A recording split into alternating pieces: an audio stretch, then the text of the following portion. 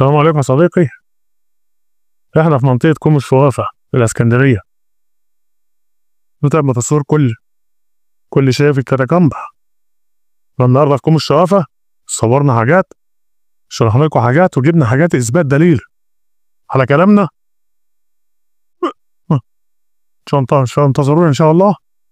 الرحلة الجاية ان شاء الله الاقصر واسوان بعون الله. طب مقابر الورديان اللي هناك دي انت شايفها، ده مقابر الورديان اللي تم نقلها هنا الكاتاكامب. يا صديقي مقابر كاتاكامب أو كوم الشوافة، وسميت كوم الشوافة لكثرة بواقي الشعب اللي كان في المنطقة.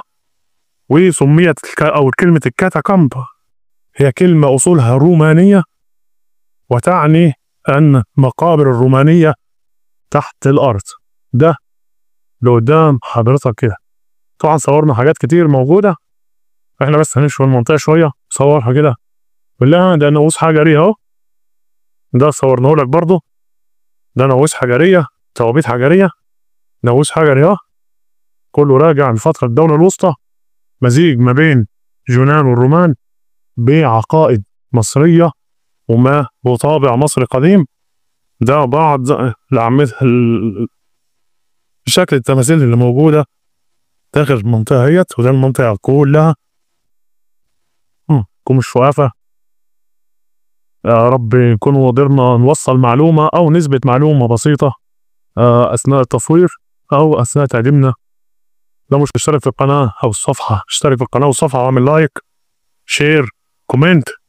انتظر مني كل ما هو يتقال في البثات المباشرة، جبنا لك عليها دليل للنصايح والتوعية للناس لا أكتر ولا أقل.